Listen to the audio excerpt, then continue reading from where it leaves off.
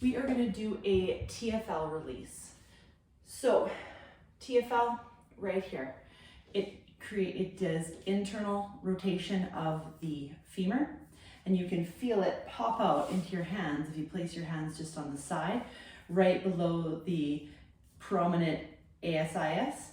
You're going to feel that pop up. That's your attachment to your IT band. So it causes it's the cause to a lot of grief if it's not functioning properly. So we are going to use, I'm going to do 2 different types of release.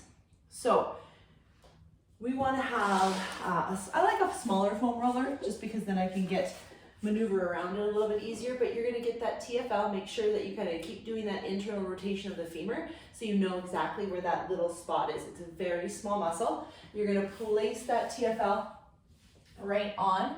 You can see how my opposite hip is kind of propped up a little bit, okay? Use padding, use a floor that's comfortable. You don't want to have any bony prominence on the floor because you might be here for anywhere from 2 to 5 minutes. Now, it's very crucial that you're using your shoulders, okay, to press through into the floor to hold you up. You're not letting your shoulder blades sink down or your lower back arch. You want to pull yourself in. You're going to find that tender spot on that TFL, and if you have a facilitated one, it will be tender. It might just take a second to find it.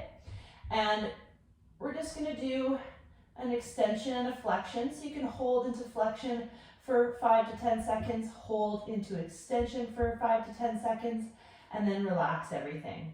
Making sure that there's no tension in your lower back or your upper traps. Then you can actually do the movement of the internal rotation. So you're pressing that knee inwards, pressing the ankle outwards, creating that TFL to contract, and then we're going to relax. What that does is it creates that muscle, okay, to have more blood flow, and then it's a lot more easy to release once we get that activation of that muscle. After that 2 minutes, okay, or if you feel that you've given it a number from 1 to 10, 1 being not very uncomfortable, and 10 being the most uncomfortable, we're going to make sure that you're on that TFL and you're releasing it till it comes down to a less number. So let's say I gave it a 5 to start. I'm going to hang out here for that 2 to 5 minutes until I feel a significant decrease in that number, so maybe down to a 1 or a 2. That's how I'm going to do TFL on that side.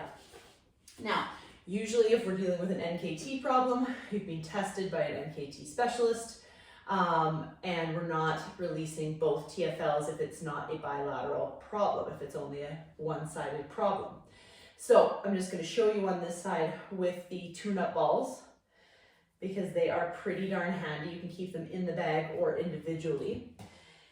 They're harder than a tennis ball and a lot lighter than a lacrosse ball. So lacrosse ball can get a little crazy. So again, you're finding that TFL, turning that knee in so you really make it pop, right? And then you can add some flexion and some extension for 5 to 10 seconds.